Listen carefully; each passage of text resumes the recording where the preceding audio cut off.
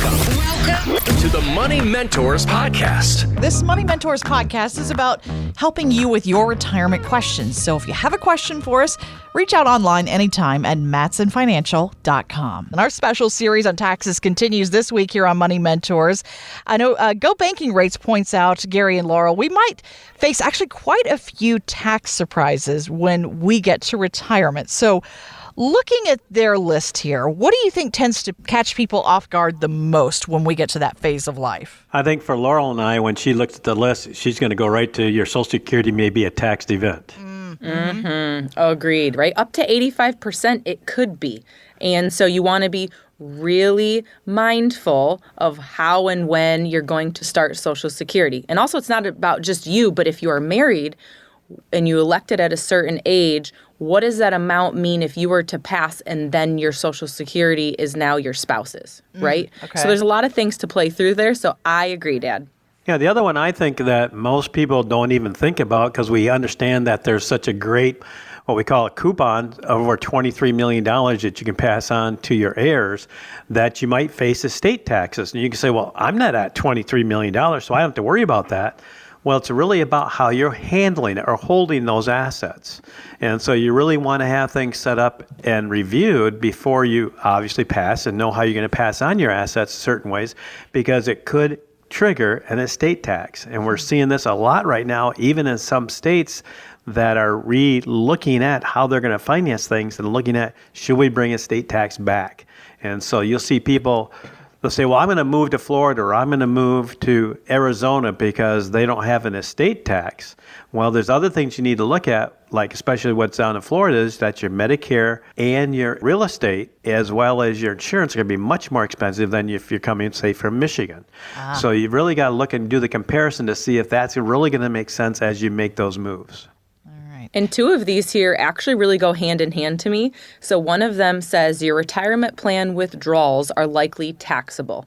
So for most of us who've been saving, at least up until this point, likely have been putting money away into a pre-tax account, right? So you're either an IRA or a 401k, 403b, those types of accounts. Traditional, not the Roth ones. But that means that you're deferring a tax to a later date when you're going to take money from your account, likely majority of your money is going to be in that account. So now if you need $30,000, you really need maybe $40,000 or $50,000 because for you to have the net amount of 30, taxes have to be paid. And then the second piece of that is you'll likely be forced to take taxable retirement plan distributions. And that means required minimum distributions. So if you're one of those individuals, what I just talked about, those retirement plans, IRAs, 401ks, etc., you don't need the money, so maybe you're not taking from it. But guess what? Uncle Sam says you are going to take from it come 73, and now you have a mandatory distribution that is actually going to increase every year as you age. And if you're having a proper plan and your assets are still growing, my gosh, that account value is growing too.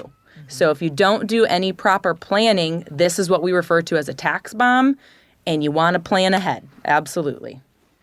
And I think the last one that will shock people out there is that your Roth IRA distributions, they may even be a taxable event. There's certain requirements you have to be through a Roth of how you do it.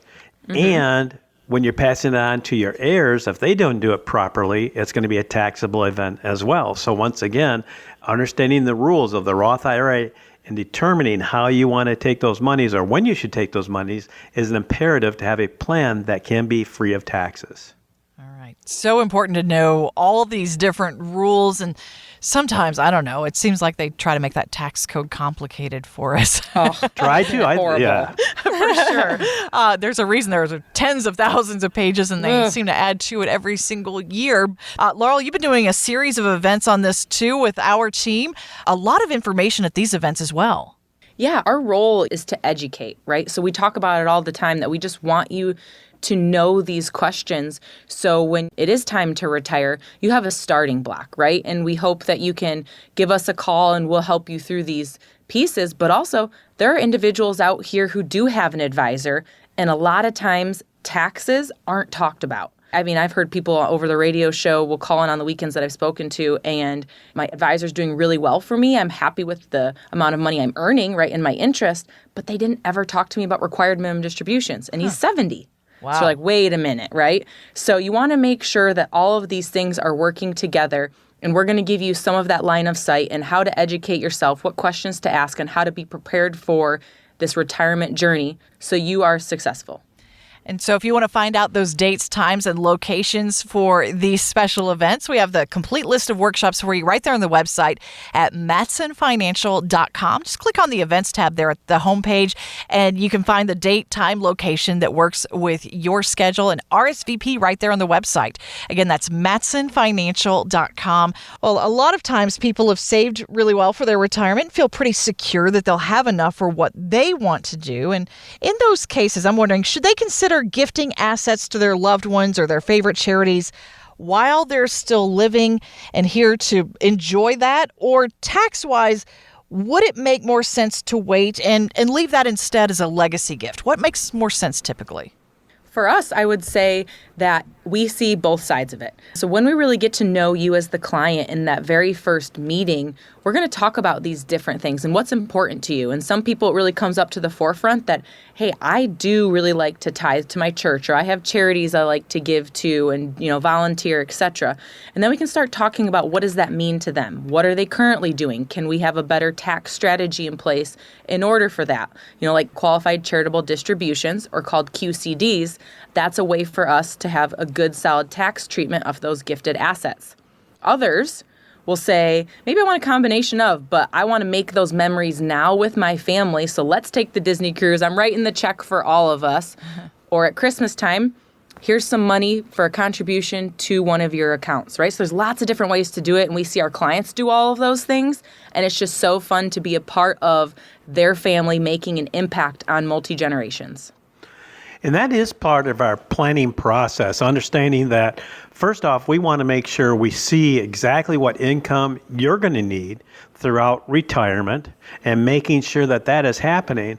And when we get 2, maybe 3 years of income build up, now it's a great time to say, yep, we've kind of done the things we want to do. We know what we're going to do in the future.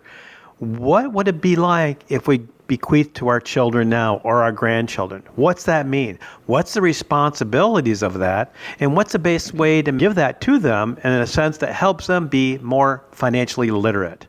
And so there's great ways to do that to charities as well as family members. And sometimes we find out that you're going to be in a much better tax bracket giving the money out of an IRA than your kids are going to be. Because think of it this way, maybe they're more than likely when you pass in the highest earning capacity they're going to be in their career. Mm-hmm. So with them being that high up and receiving your funds, it may kind of put them in a higher tax bracket than you want them to be. So once again, we like looking at that with you, making sure that the gifting is given in the best way possible from a tax point of view, but also a timing issue with you and your family. Want weekly lessons from your money mentors? Yes. Hit the subscribe button now and listen every weekend on Wood Radio. The opinions expressed in this program are for general informational purposes only and are not intended to provide specific advice or recommendations for any individual or on any specific security. To determine which investments may be appropriate for you, consult your financial advisor prior to investing. Any past performance discussed during this program is no guarantee of future results. Fee-based financial planning and investment services are offered by Matson Financial Services, LLC, an SEC-registered investment advisor. Insurance products and services offered through Lakeview Financial Group, LLC, Matson Financial Services, LLC, and Lakeview Financial Group are affiliated. To find out if Matson Financial Services is licensed in your state, please call 800-536-8907.